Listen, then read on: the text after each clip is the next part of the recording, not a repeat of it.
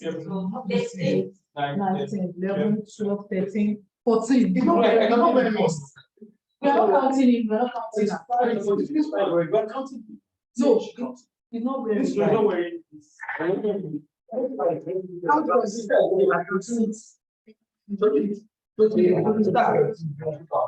So did you optimize for? You have to do the way you don't move go. No, 13 close. So you share screen. Please, everyone should come around here. Let everyone come around so that we can get this.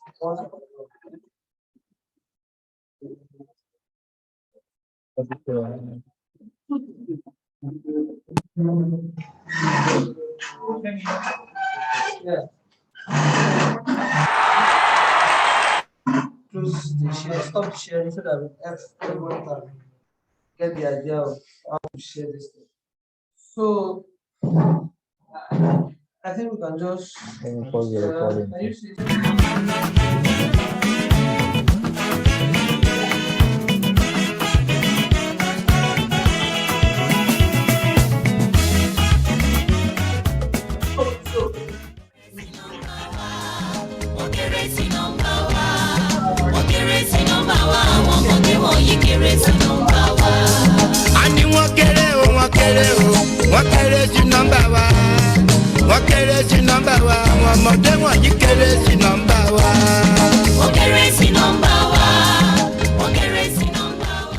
Not because I suffer fast, not because I pray and fast. No be your show, no be that.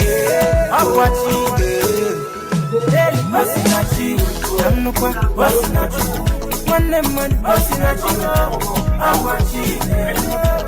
Daily bossing at you. Mama bossing at you.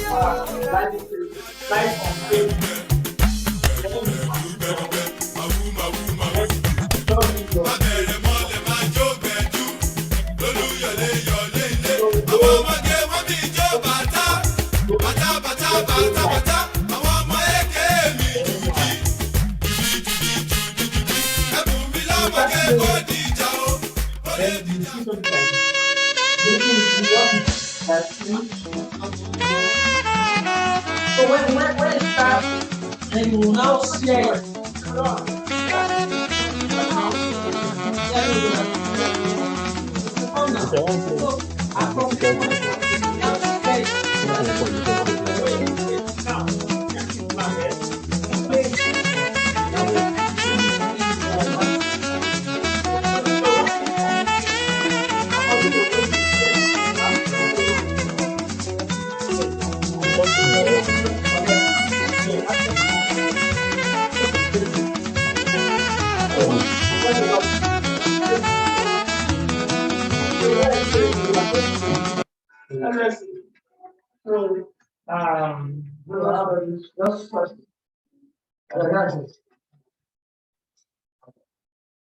You don't have to. So once you post now, then front you accept it. Then maybe basically you can copy the title of that section of it. Maybe. Okay. So the video is working to so everything is set up. So once the video stops playing, you repeat it until it's time, until you begin to hear the panelists trying to say something, trying to call the house to order. Then you stop playing the video, stop sharing, and then you let them take over. But you also have to look out for one thing, the panel chair. Always look out for the panel chair if the panel chair has failed. Because if the panel chair that is the chairman, that's the thing that is going to call the house to order. If the panel chair is not there, the meeting how do I share to LSA? So if it is time, 2 minutes, 3 minutes, panel chair is not there, you will basically look into the list of activities. Maybe the panel chair entered as an instead of the panel. Now promote the panel chair. If the panel chair is not there, you can announce that somebody among them can I think we got that. I think we got what I just said. So once it's session, when it's like 2 minutes, just start looking out for who is the panel chair. Is the panel chair on the list of panels? If the panel chair is not progress, look into the list of attendees. Maybe the panel chair joined as an attendee. You promote. Panel chair is not also the list of attendees. When it's time and you wait 2 or 3 minutes, you just unmute your mic and say that, please, can somebody act as the chair for the session to start? And that's it. And at least always make sure you don't put your microphone on.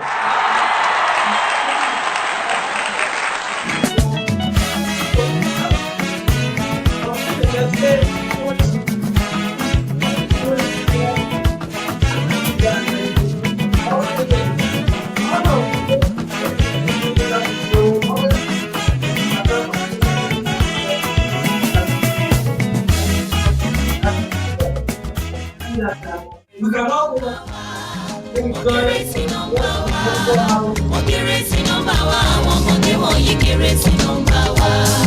Ani wọ́n kéré o, wọ́n kéré sí nọ́mbà wa. Wọ́n kéré sí nọ́mbà wa, àwọn ọmọdé wọ̀nyí kéré sí nọ́mbà wa. Wọ́n kéré sí nọ́mbà wa, wọ́n kéré sí nọ́mbà wa. Not because I suffer fast, not because I pray and fast. No be your show, no be that. I'm watching. Daily, Osinachi, I'm no kwa, Osinachi. One, Osinachi, I'm watching. Daily, Osinachi, mama, Osinachi.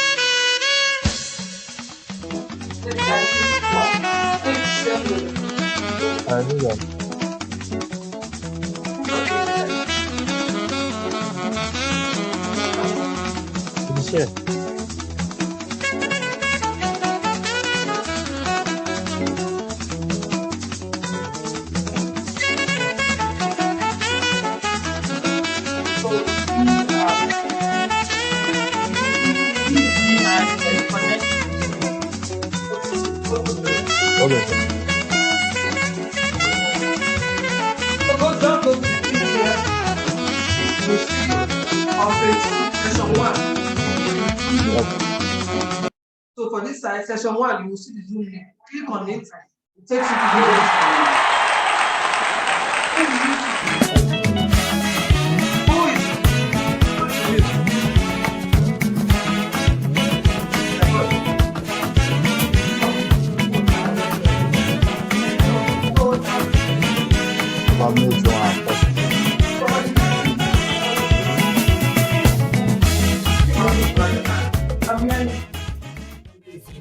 He's from there.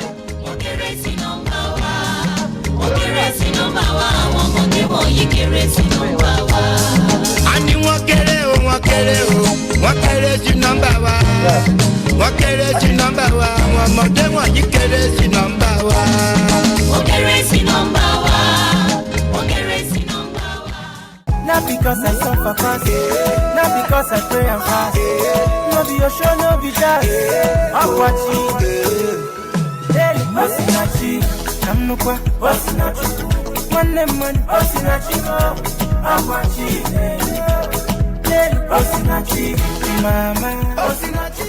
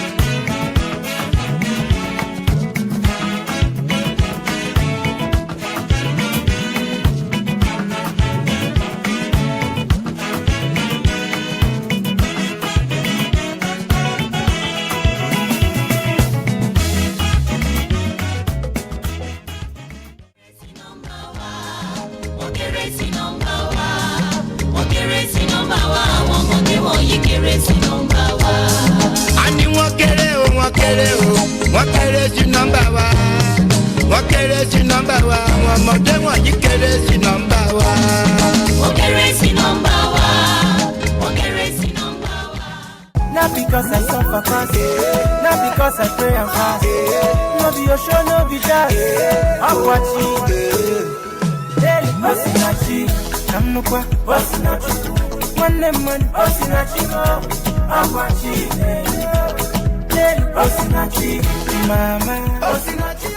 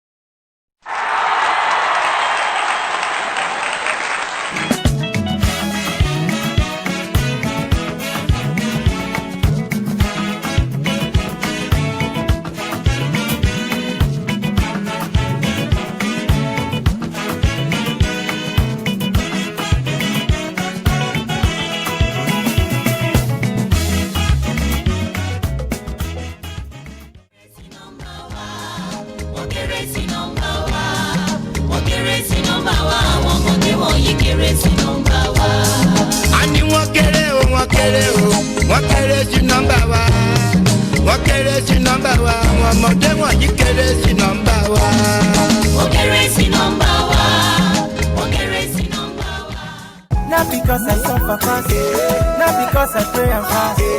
No be your show, no be that. I'm watching. Daily Osinachi, I'm no kwa Osinachi. One man Osinachi, I'm watching. Daily Osinachi, mama Osinachi.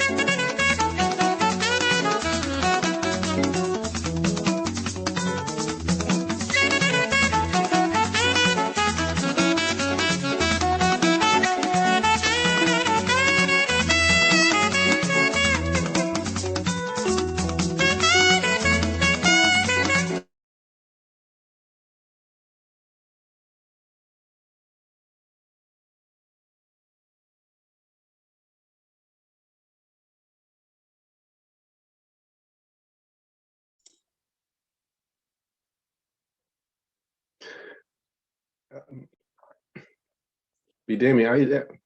Can you hear me? Good. Yes, I can hear you. Can you hear me?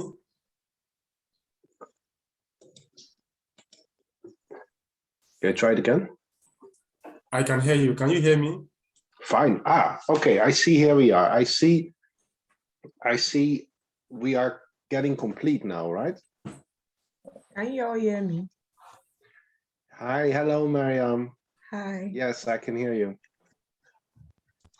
Hello, good morning. Can you hear me? Mary, good morning. I was at your university yesterday. Okay. Good morning, everyone. Good Morning. Good morning. Okay, everyone can hear me fine. Okay, so it seems that we are all here.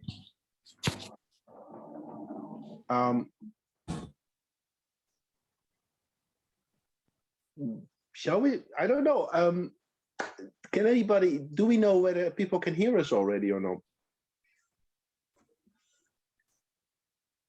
Shoot. Should? Yeah. Yes. Shall we just start then? And then maybe halfway through we find out that it's Okay. that we, I haven't heard from Said about this, so I'm assuming we can just start. I think someone just posted in the chat That they can hear us. Okay, that's good feedback to have. All right, so everybody, let's just assume that that none of this ever happened, and that we're just starting afresh. And let's say very, very warm welcome to this pre-session of the Great Lagos Studies Association Conference. And the theme for today is Graduate School Applications and Experience in Europe, Perspectives from Graduate Students. It's like one of the fixtures in the LSA conference that we talk about these kind of things. And we have indeed 4 graduate students from who are studying in Europe at the moment. We've got Mary Afolabi, who is at the University of Bonn at the moment. We have got Iano Luloa Akinsanya, who is at the University of Oxford. We've got Bidemi Oladajo Balogun, who is at the Graduate Institute in Geneva. And we've got Mariam Odunayo Nuruddin Arole, who is at the University of Hull in the UK. So we've got 4 graduate students, and then we've got me. I'm Dimitri van der Besselaar. I'm a professor of African history at the University of Leipzig, where I'm also the director of the Institute of African Studies. And I think the theory is that given that this is a section for graduate students, that I should try and talk as little as possible, and I should let you all talk more. What we're gonna do is in a minute we're gonna do a first round where everybody's gonna introduce themselves with what they're actually doing in Bonn, in Oxford, in Geneva, and in Hull. But I'd like to say one thing first, because this panel is called In Europe.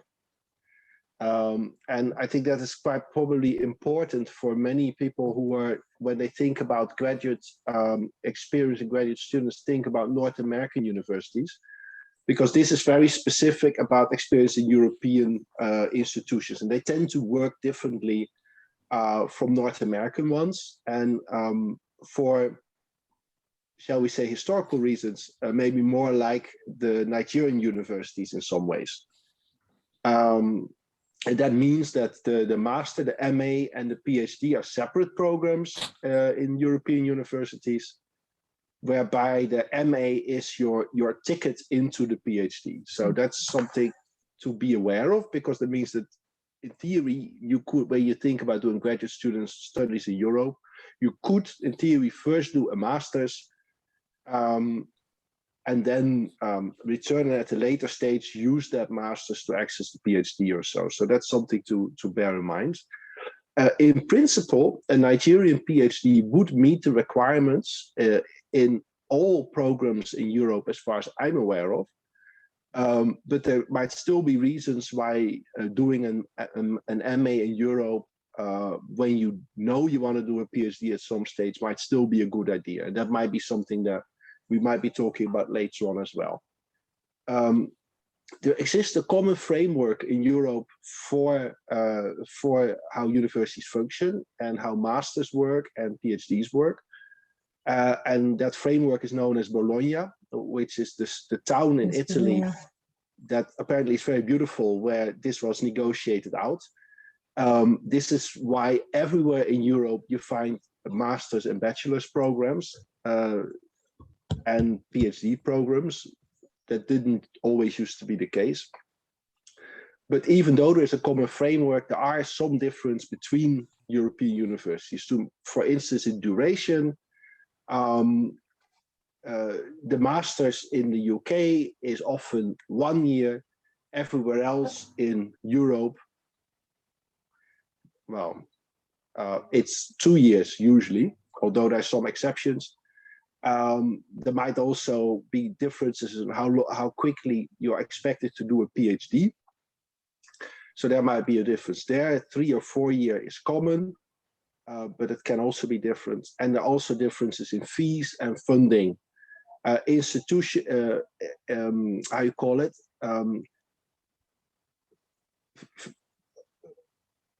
Frameworks where fees tend to be high also tend to have more funding available.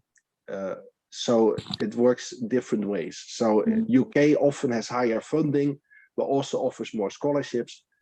Places like Germany, PhDs and masters are usually free or not so expensive, but it's much harder to get funding for it. So those kind of things are things to weigh up when you take your decisions about where in Europe you might be thinking of doing your studies, quite separate from the question of which are the places that have the expertise and the programs that are of interest for you, that excite you.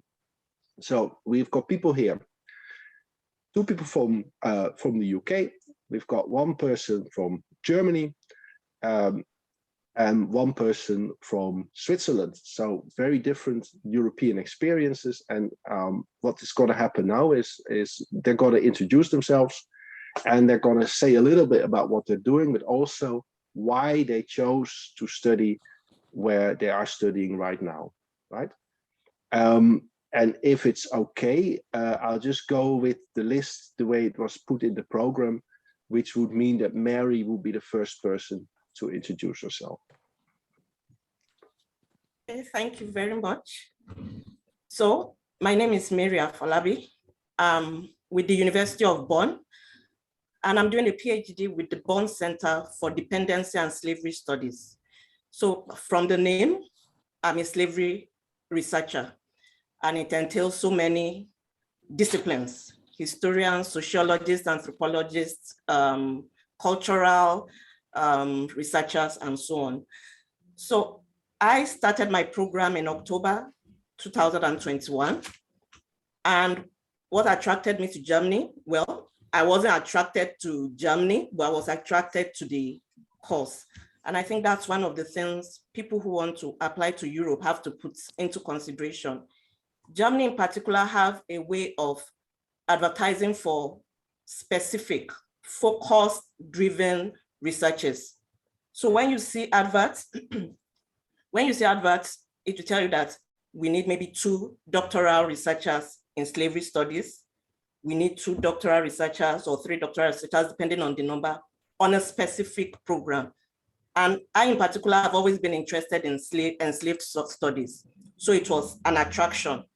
However, like I said, I didn't think of Germany.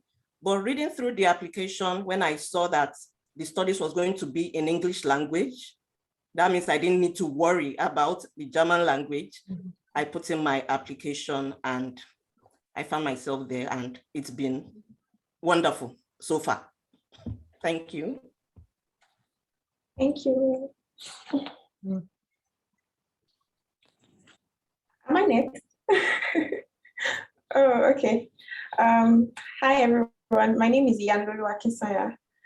Studied African Studies at University of Oxford. And I just wanted something. So this is my second master's degree. I wanted something. My first master's degree was too specific, and I kind of felt caged. So at first and second degree, history and international relations, but I wanted something more, like something broader. And so I decided to do African Studies, and of course there was funding. I didn't know when I was applying that I was going to get funded, but I saw that there were lots of scholarships people are usually discouraged to apply to Oxford because they feel like I can't afford the fees, but there are like over 1,000 scholarships. And just for the African Studies department alone, there are at least 10 different, some country-specific scholarships. And I was like, I should be able to get one of these. But eventually, I didn't even get the one I thought I was going to get. I got another one. So that's how I wanted that. I already mentioned that I wanted something broad. So that was the main attraction for me. And of course, the funding, and I think the accreditation of Oxford as well. Oxford is a known school, and I really wanted that. I wanted to have that exposure for myself. So yeah, that's how I got myself. I'm actually done. I just finished last week. So yeah. Wow, congratulations. Thank you. Thank you. Congratulations, well done. Thank you so much. Thank you.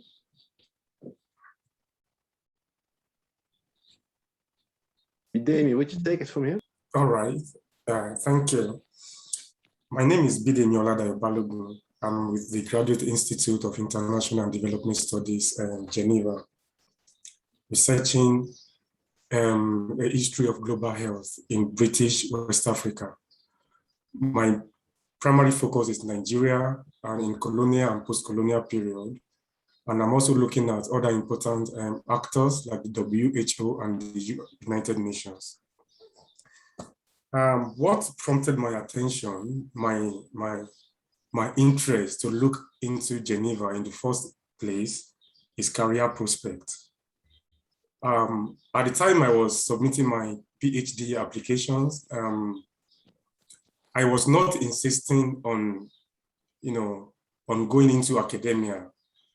I was, more becoming interested in working with international organizations, where I can help to formulate policies. I believe my experience in history could help me formulate policy and, probably also in the implementation of it.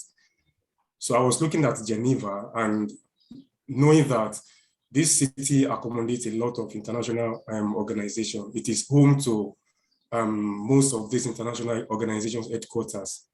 So that prompted my attention. And then when I began to look deeper, I realized the school I was interested in has a lot of funding for international students. And then proximity to repository too was a big factor in my own case. I was going to be writing about colonial and post-colonial history, where I know WHO would feature prominently, and WHO headquarters being in Geneva here, the archives here, the UN archives here too, and then I'll be working in colonial archives of the UK, in colonial archives, knowing that, working with colonial documents, knowing that the UK National Archives accommodate a lot of those, and the UK is just by the corner here, and then from here to Nigeria. So proximity to, getting my archival documents, really prompted my attention to look deeper into Geneva. And then faculty members and specializations. Two faculty members in my school are deeply involved in African history and global health history. So that played a huge role for me in choosing Geneva. Thank you. And yeah, this is my second year of PhD. Yeah. Thank you. Hi, everyone. My name is Miriam Oduayo Nurudin Areli, and I'm from Nigeria, and I currently study at the University of Hull. I'm doing my LLM in international law, conflict, security, and human rights. When I'm asked why do I want to study, why did I come to the University of Hull or study in the UK? UK wasn't my first choice initially. I loved Germany and other surrounding European country because of their, it's accessible, the education and funding is not so expensive. However, I settled for the UK because it's open to many international students as well. We study similar law system, and I'm passionate about human rights.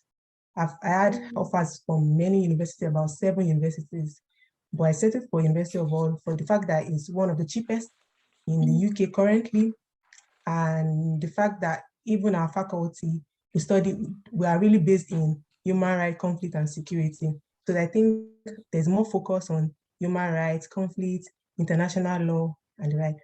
I also have passion for refugee, which I checked most modules for other schools, and I saw that there was refugee in University of Hull, which I'm very, very passionate about, women's human rights, regional law.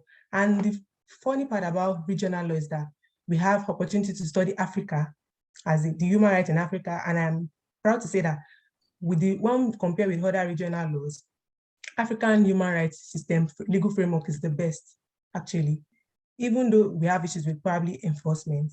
So I said I would settle for this school because it's one of the best for me, and the experience has been wonderful.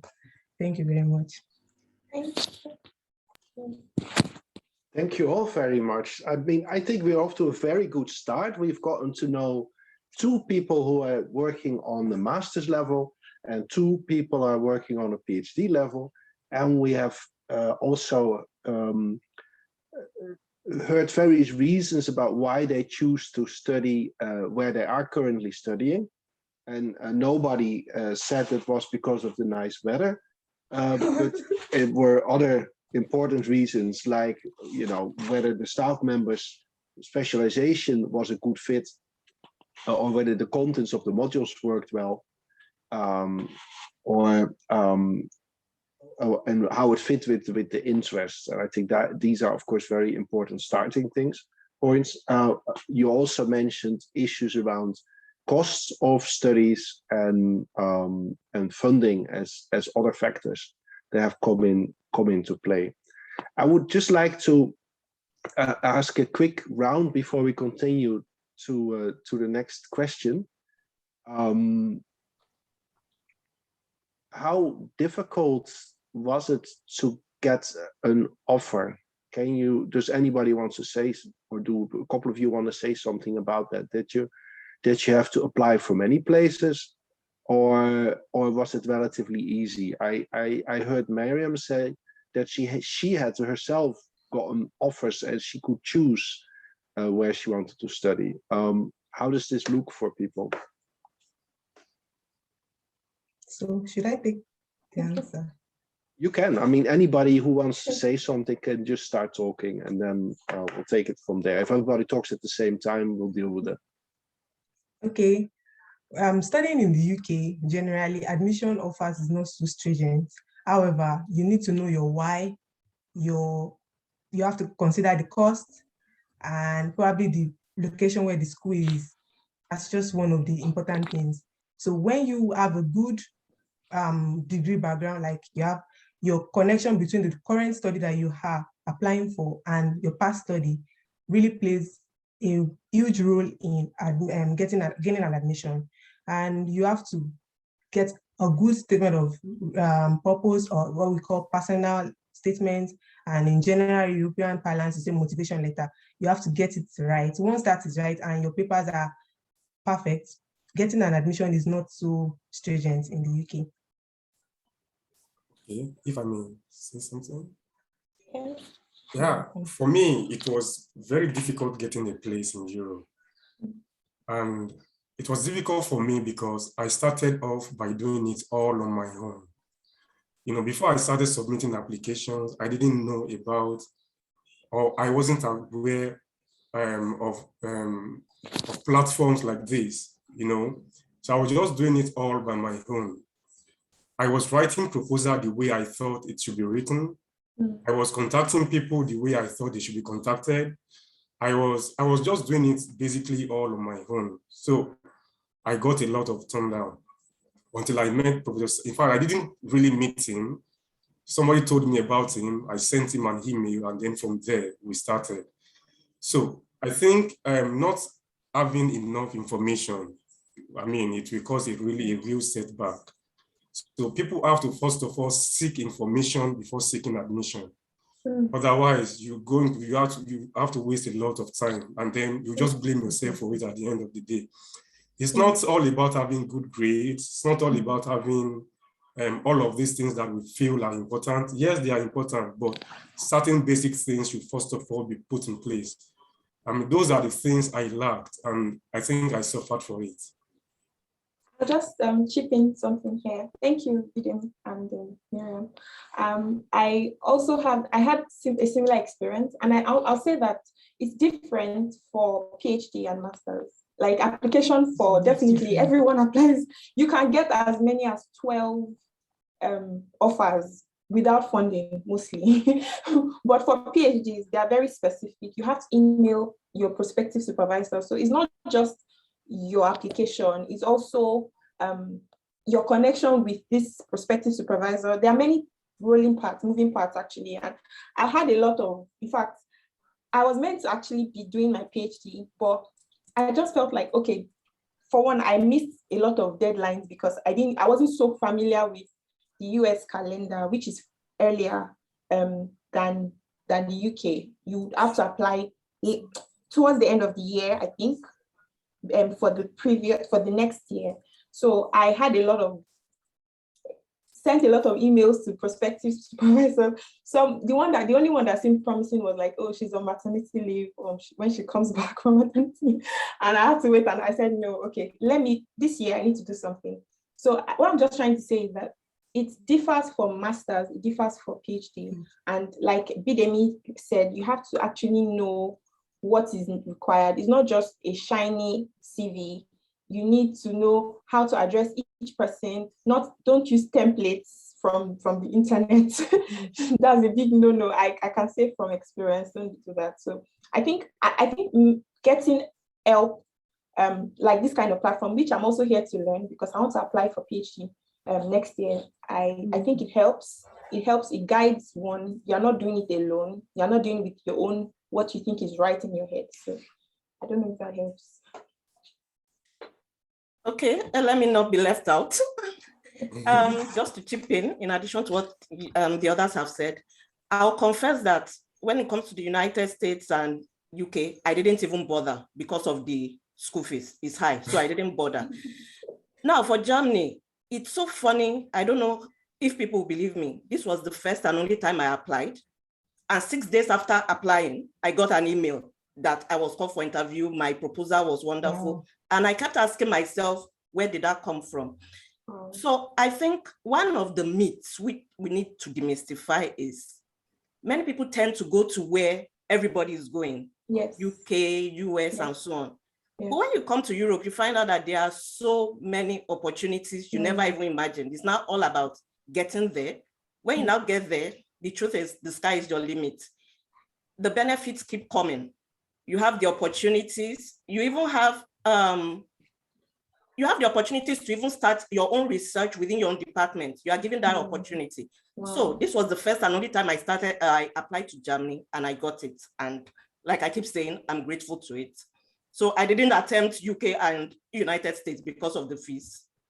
Yeah. I want to say something as regards that. So like I said, my first interest was usually Europe. I know that they have a style that is much different from UK. So I've applied to some schools last year, I started my program in September. The same year, I applied for some scholarships. And the German structure is somehow bureaucratic, unlike the UK. Sometimes it's not only just one person that will be considering your application, even it's an LLM, a PhD, and all that. Even though during my journey here in the UK, I saw that there's a different system entirely. For UK, they have streamlined, I've started making an effort about PhD, and I realized that they have streamlined application system. Like even if they are offering you PhD offers, it's usually for like a particular area of it, must be specific. It's not just to be like slavery. They will tell you that slavery in a particular line, like just one topic, you have to structure your, how will I say, your team and your research proposal within that sector. However, in Europe, I've asked about Netherlands itself. They also still have open options. You might not even have to write research proposal for Netherlands or some part. I'm not being I want to specify, but sometimes you just have to. They have open structure than UK. Can I just quickly add something to? You do that, and then yeah. Yes, just to emphasize what Mary said, I also, after I had applied to several US schools for PhD, I just felt, okay, let me So the deadline for PhD for Oxford had passed, and I was like, I need to do something this year. I need to push myself this year. And it was just one application. So I think just to encourage someone out there thinking that, okay, I can't apply to Oxford, it's out of my league.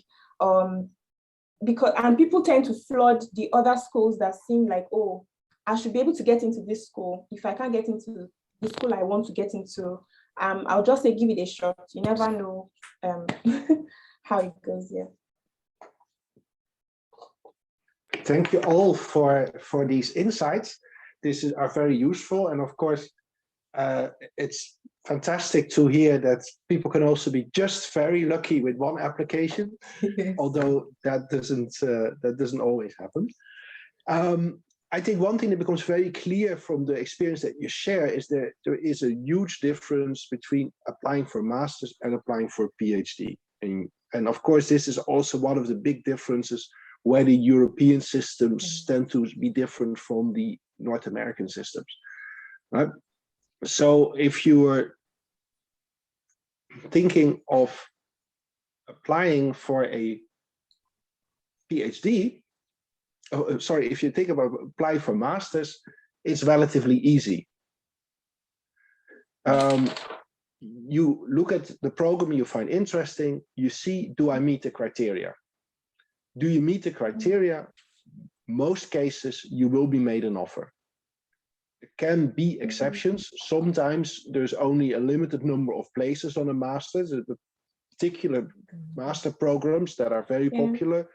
Often Master of Public Health, for instance, the number of places is limited, and then you may not be so lucky and you may have to kind of go for an interview and you may not be successful. But most master programs, especially given the kind of the audience that the Legal Studies Association tend to attract, most of these master programs, if you meet the criteria, you'll be made an offer. The problem comes next. The problem becomes paying for it, right? And that is where you have to then start thinking. Some people can think of, well, I may have enough money saved up from work that I've done. I can afford to live in Europe for 2 years. I don't need to pay a high fee because I'm maybe going to a country where there's no fees for it, and I'm allowed to work. I'm allowed to work for up to 19 hours a week, so I can add a little bit of money to this. You can make it work. That's one way it works, right? Other people make a different calculation. They say, well, I can't really afford this. I really need to depend on scholarship. Then, of course, you think about maybe a different type of programs where scholarships are more widely available. And then maybe you may be thinking more about places like the UK or so, where for the master's level, there are more scholarships available than in Europe, in other places in Europe, I should say. A little warning though, I actually did myself work in the UK for 17 years. And we found out that most so-called scholarships amounted to a reduction in the fees.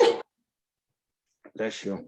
Thank you. Amounted to in the fees, which means that you still needed to bring money to be able to be successful. So that is something to bear in mind as well. So you've got offer is easy. If you need funding, think about how you're going to pay for it.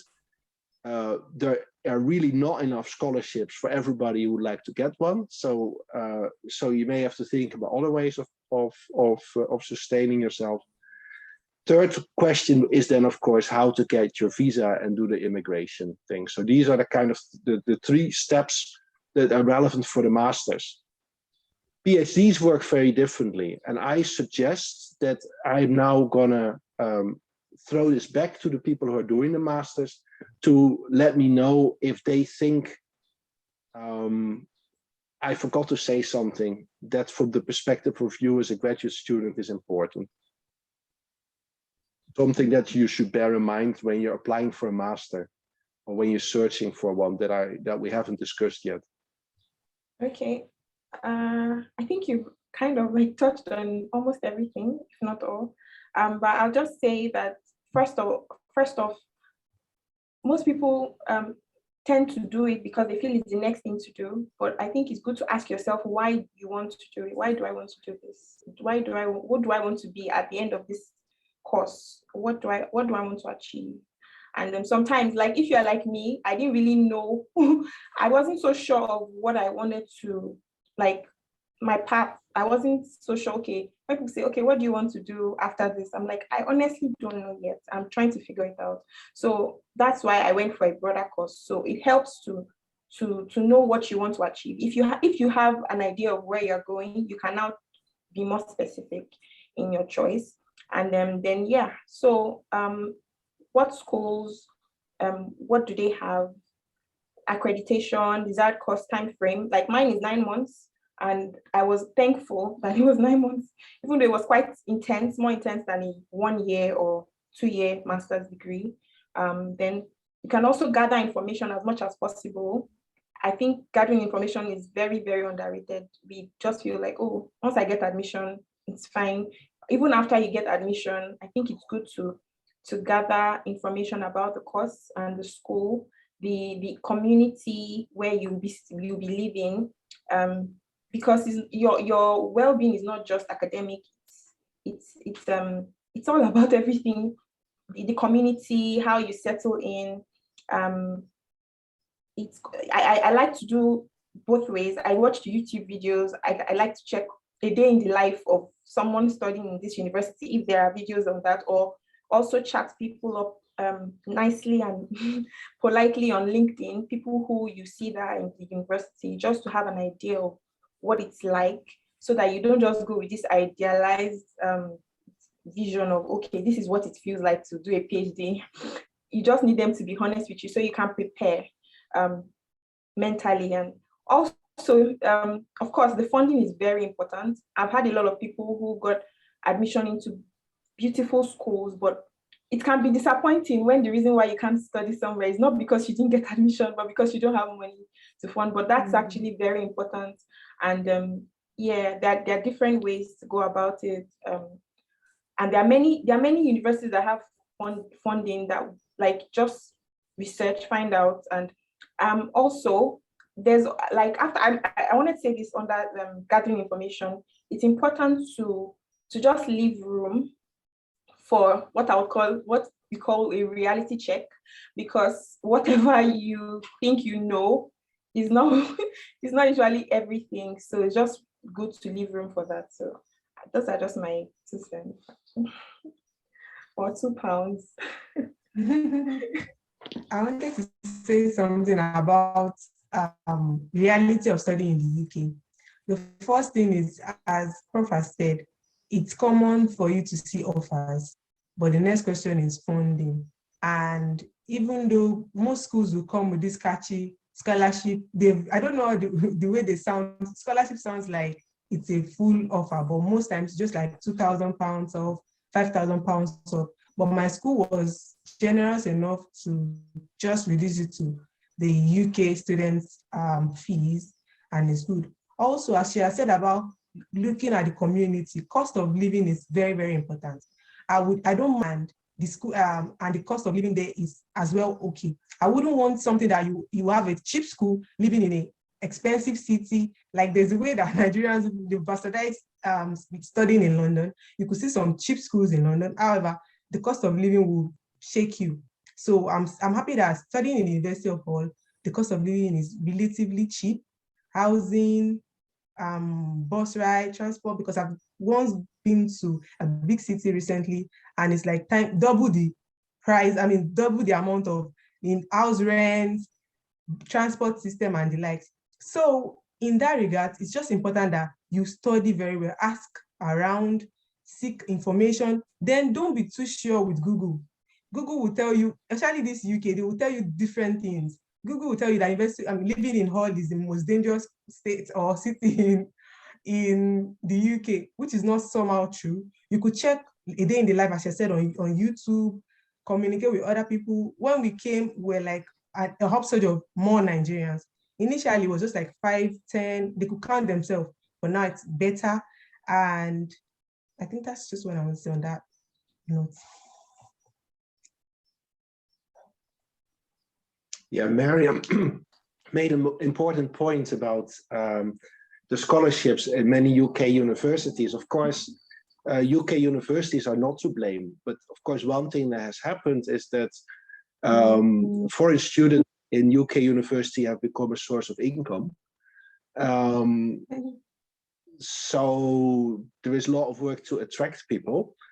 And of course, if you start offer scholarships, many of them are targeted to make sure that they still make money on you when you come. So it will. Mariam is actually very lucky that her scholarship was so big that she could pay the same fee as a local UK student. But for people who are not aware of how much that is, depending on the university, we're still talking about 1.5 to 2 million naira.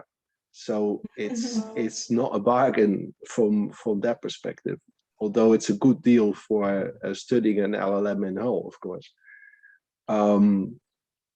So yeah, so I think these are all very important insights about taking the decision of where you're going to do your masters and how to do it. I think one piece of feedback, which of further information that I think does need to be said, but I still need to say it, and that is, if you meet the criteria, it's straightforward.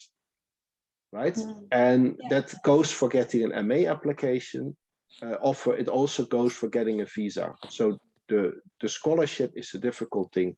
The visa is also relatively straightforward as long as you meet the criteria. And of course, we know that many of us don't fully meet the criteria, and then we hope for a shortcut. And of course, that's when things get problematic.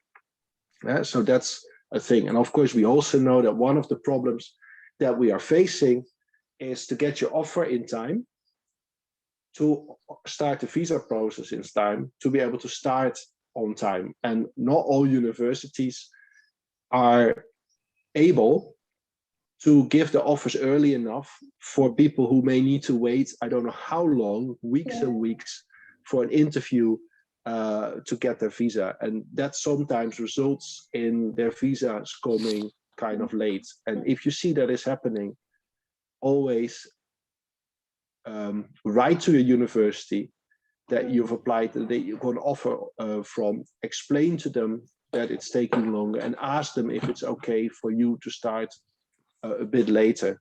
In almost every case, your program will say, yes, that is fine, but just make sure you check. I mean, we know that these delays often happen just getting your first appointment, or in the case of the UK, just getting the bloody thing issued and sent to you for inexplicable reasons can get delayed very much. Like in Germany, it's the problem is usually getting the first appointment.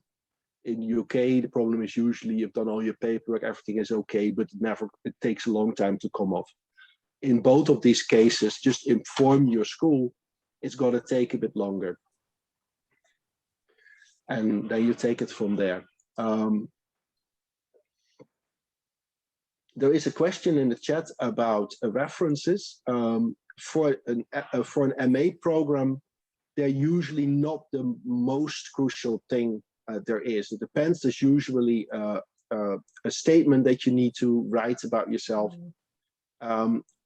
which in most programs, as long as what you say makes sense, that is not going to be a hurdle for you. Same with the references. When they're asked for, not all MA programs ask for it. They're often also not really a huge hurdle. The thing that people mostly look at is have you got the requirements from your previous degree? Do you meet those kind of criteria? And if you do meet those formal criteria, you're usually in. It's much more complicated with a PhD, right? And that's maybe the thing we need to be talking about now. I'm gonna again hand over to the people who have the experience of studying for a PhD to help a little bit with answering this particular set of questions. But I would like to say one thing as a starting point, and that is that you have to understand that generally, speaking, PhD programs are kind of designed to produce the number of PhDs that you think you're going to need to sustain a discipline. So that means that generally speaking, there are far fewer places for a master's than for a PhD. That's one of the big differences with the US system in Europe, the fewer PhD places, which of course means that European universities could not accommodate everybody. If every Nigerian would want to do a PhD in Europe, the system would break down straight away, right? They couldn't accommodate so many people. So that's something to be aware of. That means there are no structures in place to deal with the number of inquiries that come. So that means that it might very well the experience that I heard from, I sent 12 letters and I only got one reply. That is partly a system problem. That the system is not designed to cope with so many people who are interested in doing a PhD, and then the emails end up in the inbox of individual professors who simply don't have the time to reply to all of them. It's not uncommon for me to get 10 emails a day from people from Nigeria who want to do a PhD with me, and it's physically impossible to always reply to everybody. So that's something you have to be aware of. That doesn't mean don't do it, but be aware of that. That's one thing that goes on. So you might actually be a very good candidate, but because you're one of so many, you may not get noticed. And this relates to the next problem that you have, and that is, how do you convince people like me that you're good? Because we are keen. I think I can speak for all my colleagues. Sorry, I know this is graduate students' perspective, and now I'm talking, but never mind. People like me, we are very keen on finding good people that work with us and that want to do a PhD with us, assuming that we have capacity to supervise them, right? Because it's not like when one professor supervises like 7 or 8 PhD students. I mean, they tend to get at the maximum of what they can supervise with all the other duties that they have. But assuming that you still have place to supervise somebody, we're keen on finding great people who want to do PhDs with us and have great ideas that are good to work with. But our challenge is, how do we know that this person that we've never heard of, who writes us an email, is actually able to do this? So the first thing is, of course, we wonder like, oh, is this project something we could supervise? And often the answer is, of course, no. So you get so many emails saying like, Prof, humbly, blah, blah, blah, we have been looking at your work, please supervise my PhD on, and then you get a topic that is so far away from what you're working on. It could as well be nuclear physics. Please consider my application. But like, if we discard kind of these emails, when you get people, they think, oh, that's really interesting. You try and figure out, can they do this? And that's often difficult for us to assess. And of course we look at how you write your proposal, whether there are big discrepancies between, say, how you write your email, how you present your CV, and how your proposal is written. Of course, nobody who is in the Legal Studies Association conference will do this. But I've experiences with people who, of course, propose to do PhDs, where they actually use proposals from other people as right? It's terrible. It shouldn't happen, right? So, but for us, this is something that's very hard to figure out. Kind of how good is this person? So, what helps for us? Of course, it helps when a colleague from that from Nigeria kind of tells you like, hey, I've got a real good student who's keen on doing a PhD. Would you like to have a look at his or her proposal? That helps you a lot. So if you are studying and you want to do a PhD, and even though you may not want to be doing a PhD where you're currently studying, to actually talk to your supervisor about this and to say, I'm interested in doing this. Could you recommend somebody? That could actually increase your chances by a great deal, and people will do it. I mean, I had some people that were studying with me, and they were asking like, I'd like to do a PhD, and I was gutted because I hoped they would want to do it with me, but they didn't want to do it. They wanted to work somewhere else, but you still advise them on how to go. And of course, the advice of someone who's in the system, and that can be somebody in Europe, but it can also be someone in Nigeria, is going to help your chance. So that's the first thing to say. Like, I think nobody who ever wrote me on the recommendation of Said would not have, everybody will automatically receive a reply, because that immediately kind of tells me like, oh, this is somebody who's probably a bit more serious.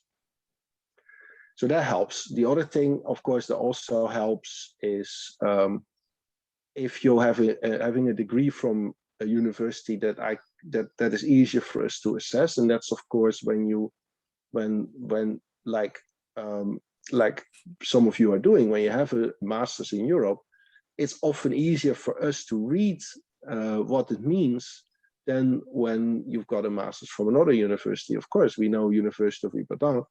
That's probably going to be somebody who knows how to do research. But other Nigerian universities, it's much more a gamble, because I don't think I'm betraying any secrets to say that I can list any range of universities where the one person who has got a 2-1 degree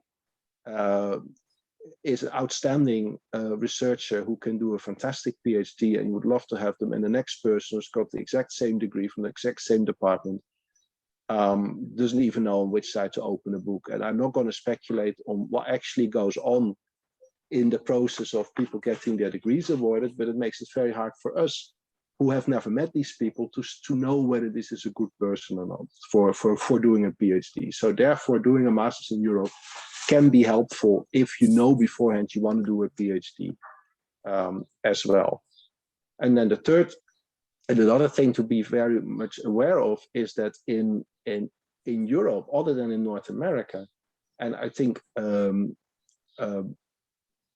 Mary can probably attest to that, PhD programs tend to be shorter and tend to be focused on doing a piece of research that you've already designed.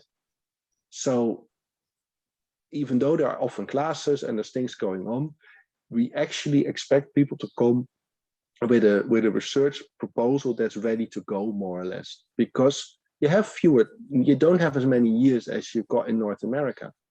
So it should be further along. So a well-designed proposal that kind of shows that if you're ready to go with something, again, is going to enhance your chances of getting an offer in a PhD program. So these are some preliminary comments from me, which is also making the bridge from the master's to the PhD. And of course, this is also where most of the pain sits, because it's so much harder to get an offer for a PhD program. And that's even before we start talking about funding. And I hope I gave you a bit of insights about why that is, and why it's also so hard for us who want to give you an offer to know whether you're the person that we can give the offer to. So who would like to come in further? Okay. Can you hear me? All right. Thank you very much, Prof, for your great insight. And just by way of responding to this question from Omobolanle, I would like to reiterate again what you said earlier, that when you meet the criteria, it is direct. But there is a but dimension to that statement. I feel a lot of people meet criteria, and in a given school, there are usually applications from all over the world. So in most cases, over 10, 20 people may meet the criteria for one position. So in that case, it is no longer direct. So one or two things will have to make your application stand out. And in that case, speaking as far as PhD is concerned, that is where your statement of purpose comes in. Yes, you may have good grades as others, but then you have to, do a lot to improve the quality of your statement of purpose, or maybe writing samples or proposal or whatever it is the school requires. So in that case, your statement of purpose is very important. It's as important as your proposal and every other document. And I feel one mistake that a lot of applicants make is to write their statement of purpose, to make the understanding of it depend on the proposer. So when they write a few things in their statement of purpose, they put in brackets, see my proposal for more details. I have never been in a team that assess applications, but with me, I really don't like it. I feel your statement of purpose should be independent, absolutely. When people grab it, they should read it and understand it. Understanding your statement of purpose should not depend on, first of all, reading your proposal. So I think that is important. And again, talking about reference, you need strong recommendation. And one thing I would just like to say here is that people recommending you should, I think it's also important they have official email address. With official email address, it is very easy to run a background check on the people recommending you.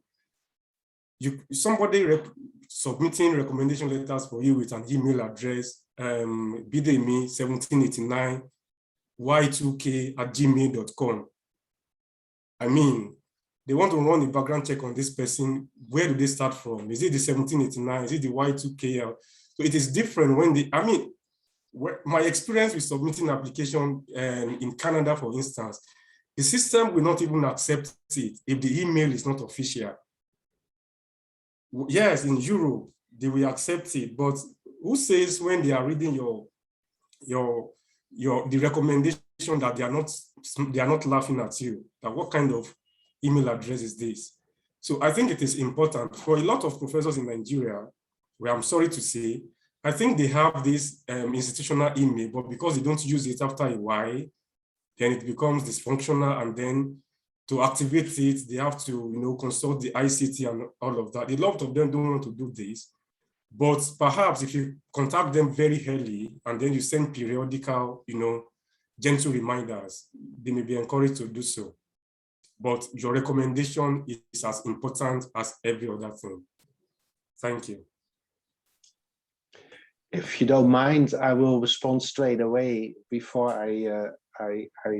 because I think you make it, here you see there's a difference between the master's and the PhD again. For the PhD, the reference is crucial and often is important. For the master's, not so. For PhD, it's often crucial. I would say official letterheaded paper, scanned, will do nicely. It depends a bit where you apply to, but I think most of us who have regular dealings with universities in Nigeria and other West African countries, but I'm assuming most of us are from Nigeria and here in this conference, we know why people use Yahoo and Gmail and other accounts, even when they're professors. We're not bothered by that at all. What is a very, I'm not sure if there are only, I can't say who's in the room now, so I cannot know whether there's only people who are thinking of applying or whether there are also professors with us today. But if there are professors with us today, piece of feedback from my side, if you want to recommend somebody to do a PhD in Europe, whether someone is a good Christian and is of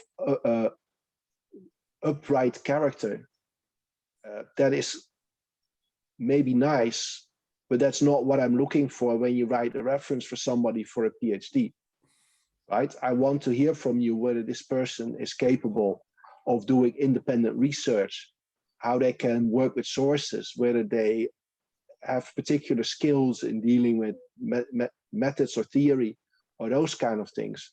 So profs out there, if you want to recommend a student to me, tell me about what they need to, what they can do that they need to do to successfully do a PhD. Whether their moral character is great is, I'm assuming that will be fine. That's not what I need to read in a reference from you. For the students, if your professor gives you a reference that basically tells you that you're a nice person, ask them for a better reference.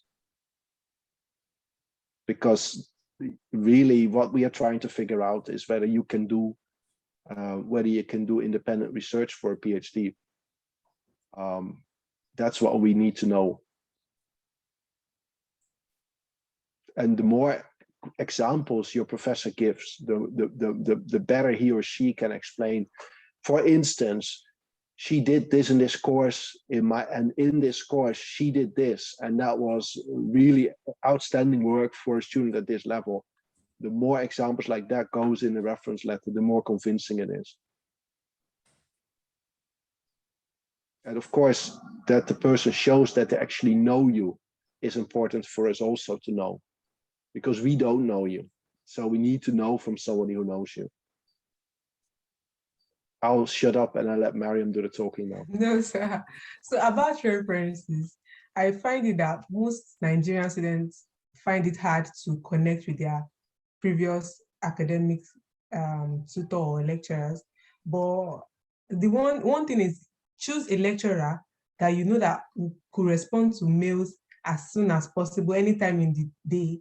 Not a lecturer that, we still have this bureaucratic system where a lecturer will say, don't call me, you have to still come. Let's assume you are living in Lagos, you studied in Ilorin, and you should get a lecturer that is very, very versatile, flexible, and easy.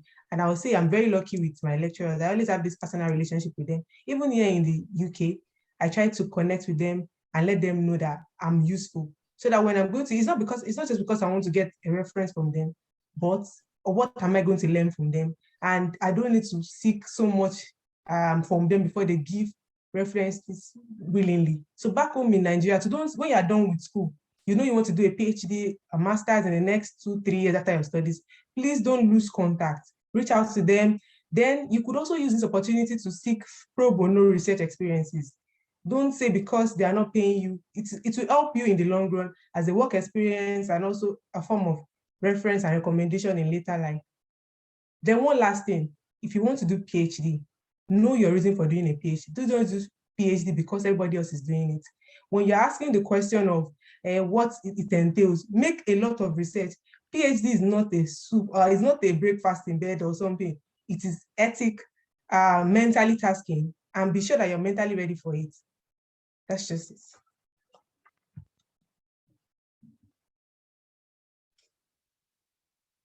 Thank you. Mary, do you have anything to add to this? Okay, well, they've said most of it. I'll just add a little.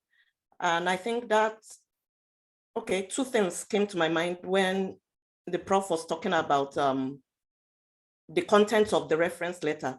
I think this should also go to applicants, masters and PhD candidates. When you are writing to a prospective professor, you don't need to start greeting them. Don't make it sound semi-informal. How are you? How is your family? And so on.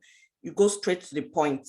You don't have any relationship with him or her. So I think that should be established at the beginning. Then my second point, which is more important, has to do with the designing of our proposals. I think that is where most of the problem comes. And I think the prof has also mentioned that we need to put as much effort in writing our proposals as if we are writing our final dissertation. And it has to be guided. Introduction, research questions, hypothesis, methodology. And one very, very important thing, which I think most European universities usually ask is, what is the connection of your research to the entire project as a whole? That must be clearly stated. And I think when all those contents are there, it will give your proposal a strong chance, whether they know you personally or you are recommended or not. And of course, that's also tied to what Bidemi talked about on statement of purpose. It shouldn't just be a flimsy statement. It should be fully purposeful. That's why it is called a statement of purpose. Okay, thank you. But let's not overestimate the importance of the statement of purpose. Of course, when we like to have a statement of purpose or a letter or whatever that gives us an idea of how you write to me, right? That's what we want. But what we really look for carefully is we look at your proposal and your CV. These are the two crucial things. Then when it becomes more serious, we might look at your transcript and we look at your references. Transcript, we are always trying to try and read to figure out which bits of the courses that you've done tell us something about your ability to do research. So, for instance, when there's a final project in a master program, the grade that you get for that is more important to us than the overall grade of the master program. Or if there are courses that are explicitly about research skills or theory, those grades are more important to us than the overall grade of your master program. So that's kind of how we read for them. Can I? All right. Thank you. Thank you, Mary and Prof. Dimitri. I was hoping that the discourse on proposal and CV will come later, but since you already started it, I think it's important. I see what I make little contribution from my own experience. And then thank you that as a faculty member, you are really shaping, listeners' perspectives on where to look into when submitting application. In my own experience, writing my proposal, like I said earlier, that a lot of people like you are qualified. A lot of you all over the world, from North America, from Europe, Africa, also competing for the same position that you cherish so much. So in your proposal, your readers should be convinced that it is you. You should be able to categorically tell them why you must be the one, to get this position.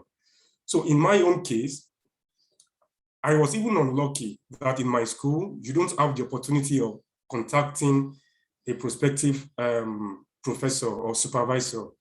In Graduate Institute, it is a matter of policy. You don't speak with anyone, just go ahead and submit your application. And I think that makes it harder, when you don't know what anybody is thinking about your application or anything.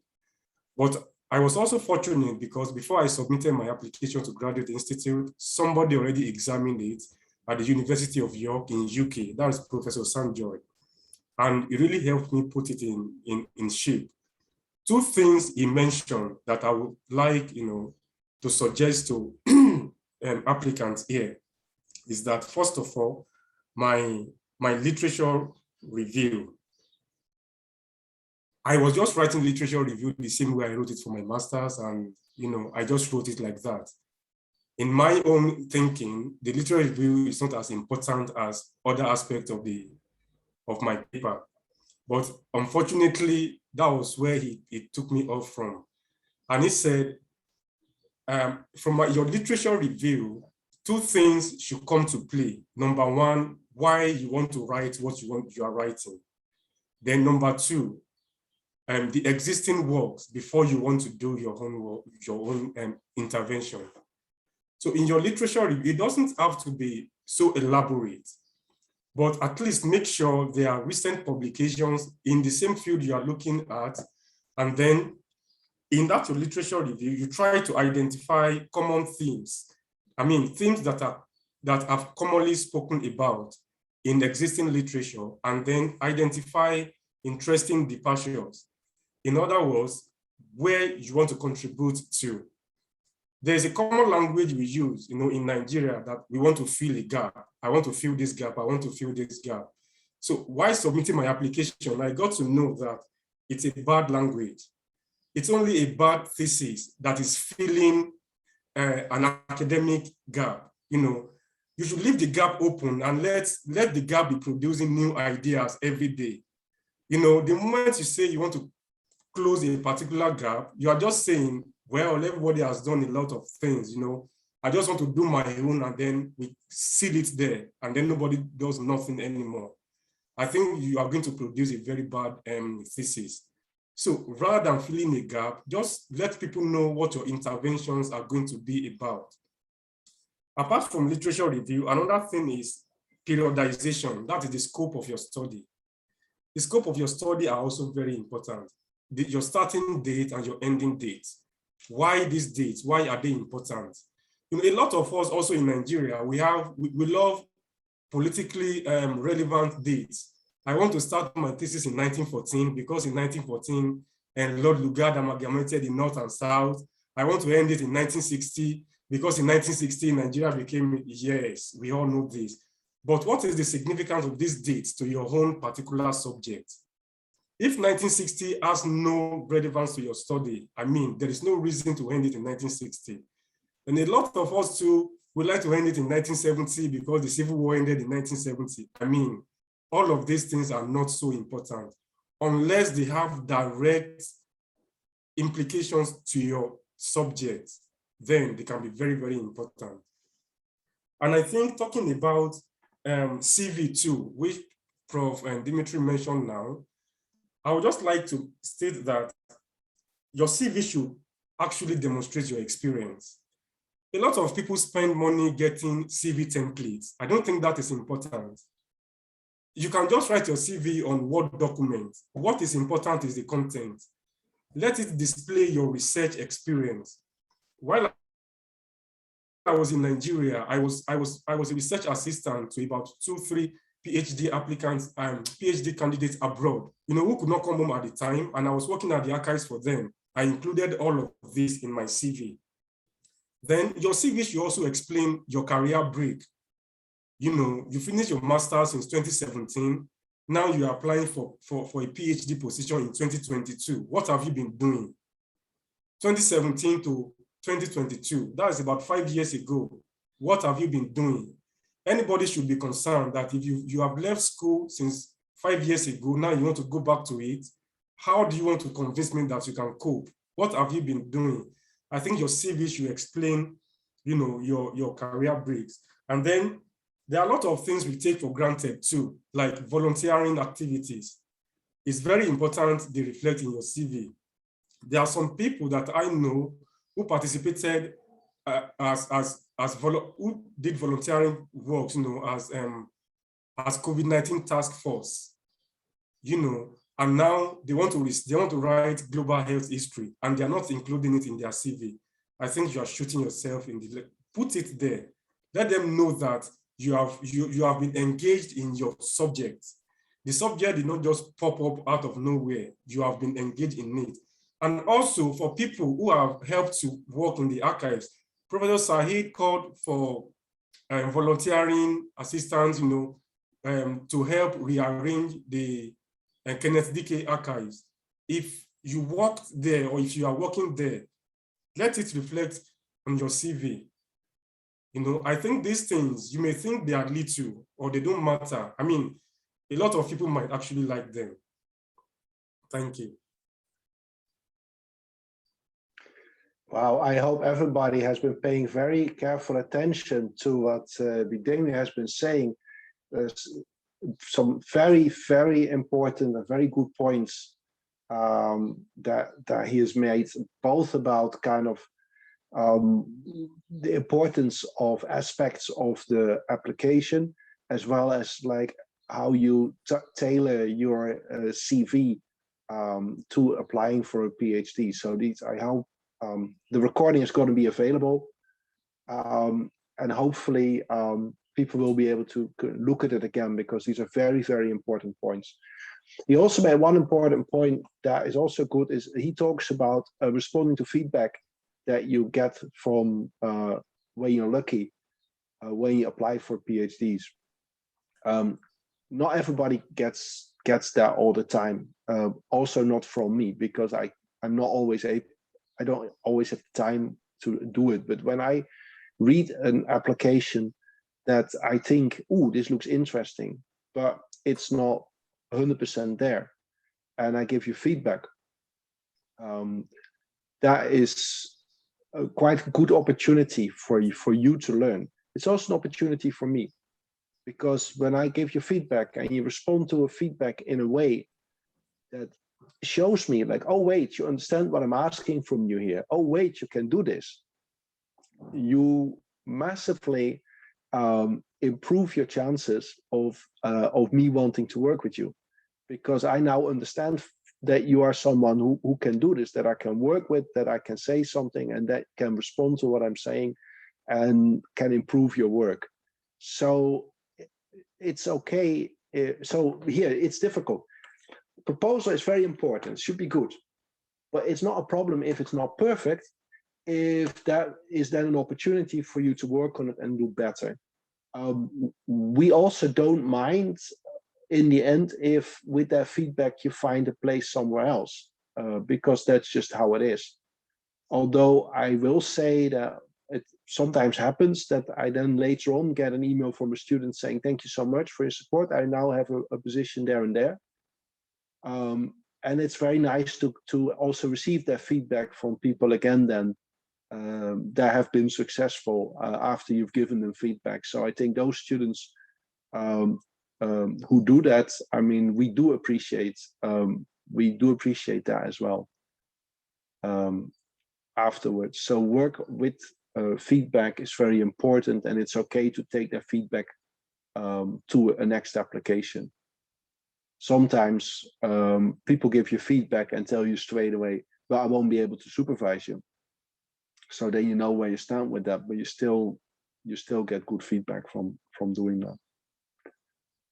The point about especially things like how the thinking has changed over time, and that the question of how does what I intend to do fit in with the development in the discipline, to what debates does it contribute, that is an important aspect of your proposal,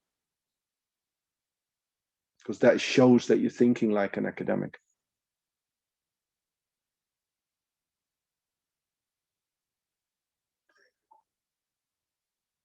I don't know if anybody else wants to come in right now. I can maybe make one more comment. That explains also a little bit the differences about what we're hearing today around the PhD. I would say there are three ways in getting into a PhD and getting funding in Europe. First is most universities still have the way of doing a PhD where you've got one supervisor who you're registered to do a PhD with, usually a second supervisor. So there's one team of 1 or 2 people that do this, and they take you through doing your PhD. So very different from the thesis committee that you will get in North America. There is basically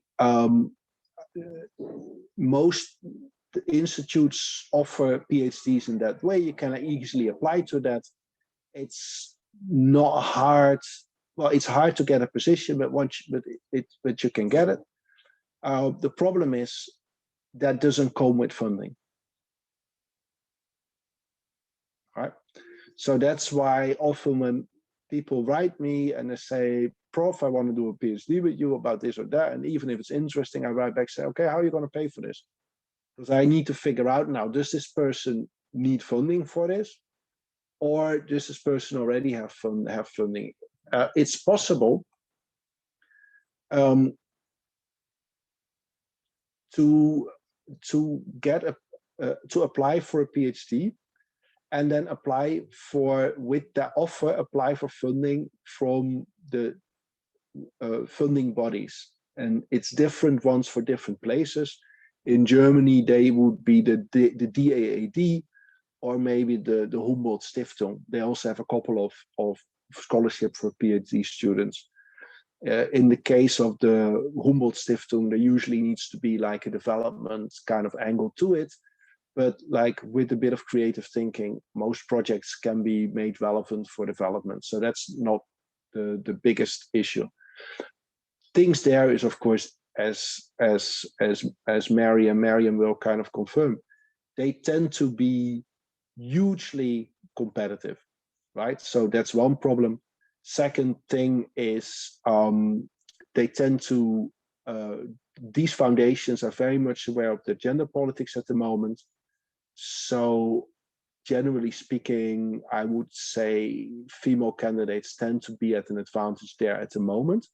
I have to be honest with it, also because so many male people tend to be applying from Nigeria. So you just need to be aware of that. That tends to happen.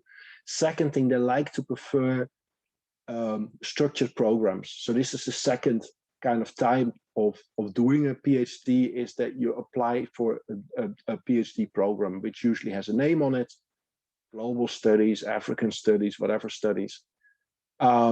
And there you, the supervision actually tends to work in the same way, but there is a structure that takes you along writing your PhD, with advice on writing and researching and presentation skills and so on and so forth.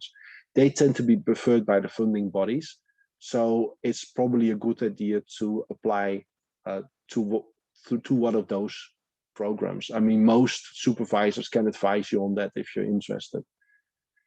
The most chance of success is to apply when they actually advertise a PhD position in a particular project. That is less competition, because only those people who think they're capable of doing that type of research will apply. And in my experience as well, we had a big project going on. We were applying for 12 PhD positions.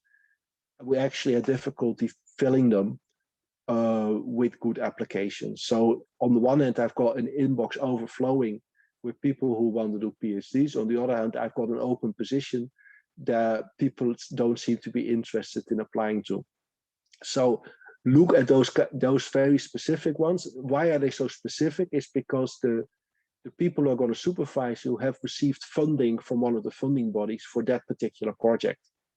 And they are good ones to look out for, because they tend to be less competitive. So that's, and I'm going to shut up. We've got 13 minutes left on the session today, and it would probably be good if the last 30 minutes are not filled by me talking.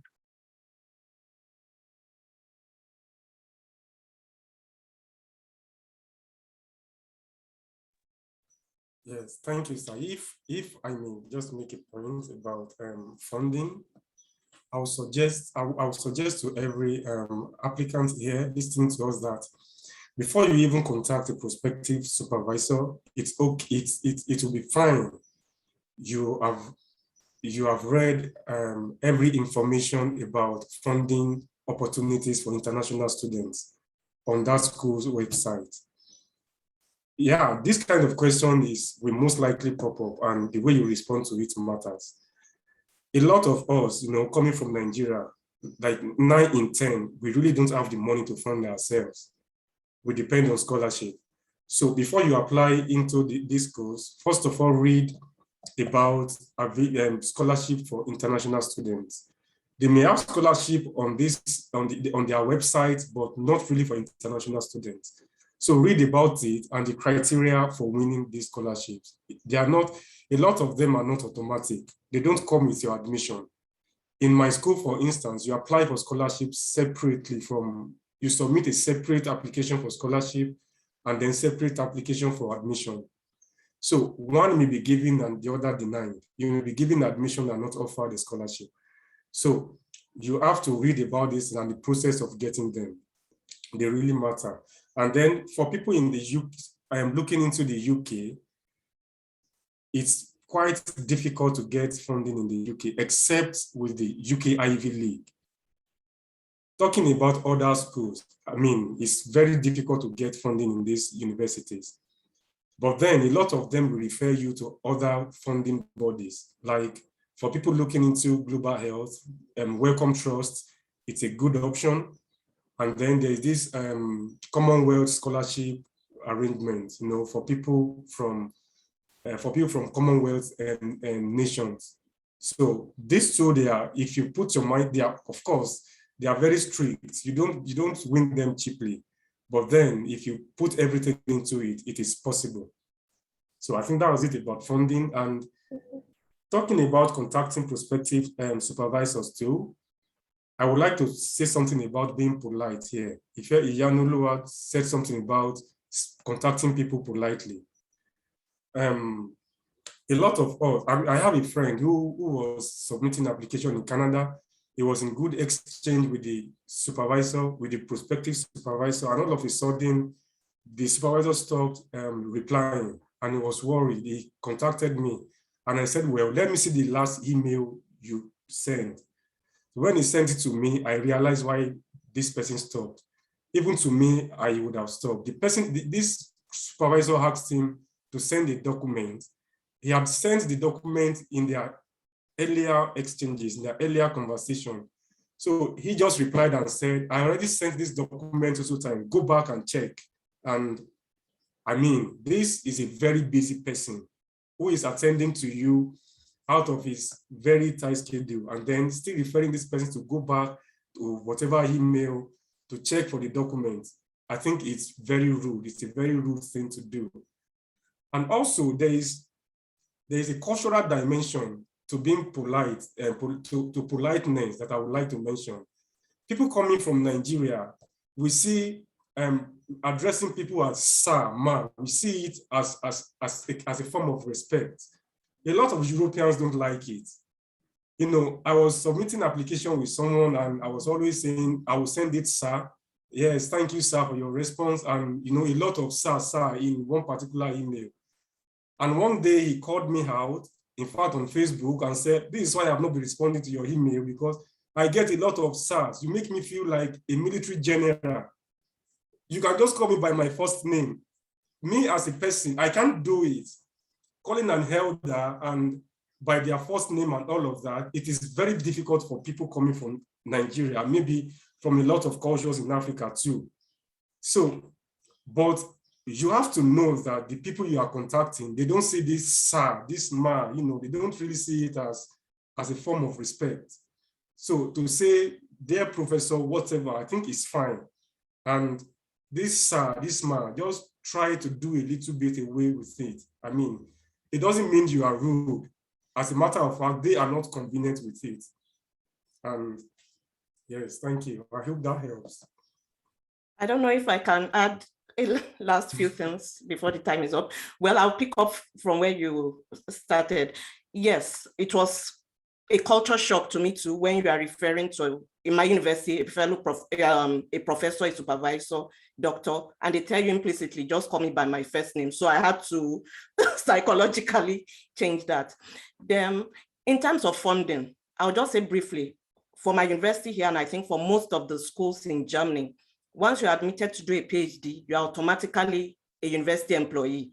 So you don't need to worry about funding. Your salaries are paid monthly. You enjoy benefits. But of course, as a PhD student, you have a particular level. It's usually 65%. That means you are not full, but you're an employee because it's expected you'll be doing your research. And like I said, you enjoy all other institutional supports. You are going for conferences, you apply, the university supports you, archival research, and so on. So it's not as if you have to apply for a separate scholarship. Once you apply for these specific purpose-driven researches, you are part of the university. Thank you. Can I just also quickly add as well? I think sometimes it's also good to pay attention to scholarships that you have to apply to specifically, as opposed to the ones that you are automatically considered for. So in my case, most of the scholarships were automatic. So your application is already your scholarship application. And then, but even though it's automatic, the funding body has specific requirements that they're looking for. So they might be looking for it in your personal statement. Does this person want to do something in policy in future? So when you're applying, don't just say, okay, it's automatic, I'm going to get a scholarship. If you know that this is the scholarship you're targeting, then you have to tailor your application to that end as well. Yeah, I just wanted to add that little advice.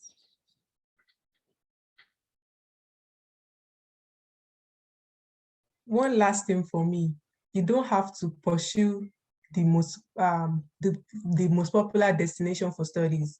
Go to other smaller European countries.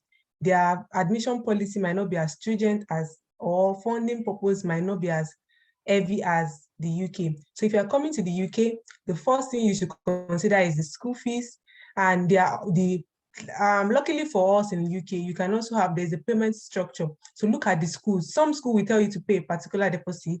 Look at their payment structure. Is it convenient? Is it flexible? Could it be achievable when you work, or when you are you're getting a source from somewhere, or personal self-funding? So that's just what I wanted to consider, the payment plan, not just consider the school fees. Sometimes the school fees might be cheap and still not have a good payment structure. And also consider that the school, are they welcoming to international students? Sometimes some schools are after your money, wherever it is in the world. Maybe when you've paid for your school fees and you're on your own, look at the fact that this school, are they having the students at heart? Do they want your future, like is your future secured with, okay, job prospects? Like in my school now, we have so many plans, skills teams, research opportunities that you might learn from, that post-studying, you know that yes, I really achieved coming to study abroad. Thank you very much, all of you and everybody. Just for the organizers, there's a couple of questions in the chat and in the Q&A about the link for the recording. Maybe the organizers of the LSA can give feedback on that. I'm sure it will be available. I just don't know. I'm not part of this. So just to pull that out.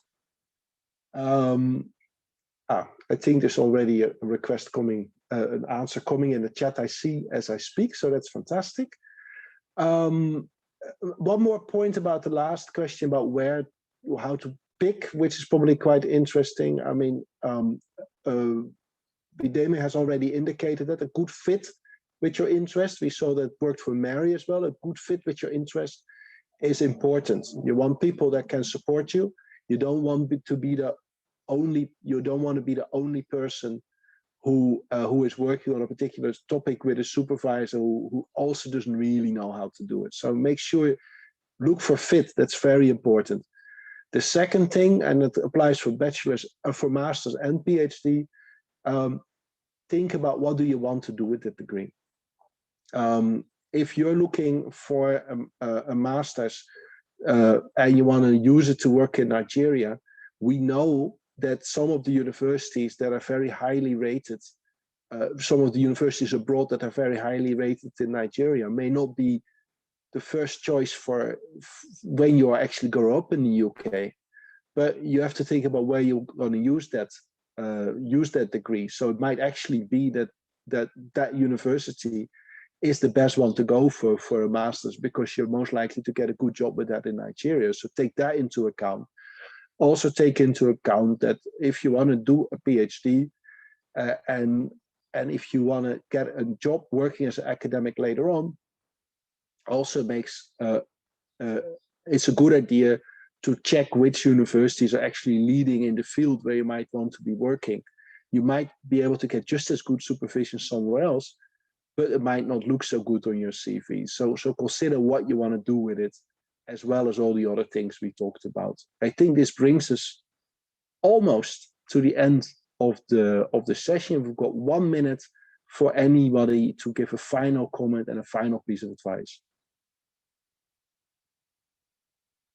And don't be shy. I don't want to be the last person speaking. Okay, let me say something here. So one of the things that I think I kind of had to fight was imposter syndrome. when you do get the funding or the admission, you don't tell yourself that it was a mistake or maybe that it wasn't meant to be you. Tell yourself that you deserved it and that you were qualified. And because that actually can affect you if you feel like you were not meant to be there. I don't know if this counts, but because your mind has to be like, you have to be ready for, there's work ahead. So if you're already feeling like you're not qualified, it can affect your performance. So believe that you are actually meant to be there and you deserve a spot there. Fantastic. Thank you very much, everybody. Thank you. Thank you, and best of luck in your studies. Thank you very much. Thank you. Bye. Bye. Thank you. Bye.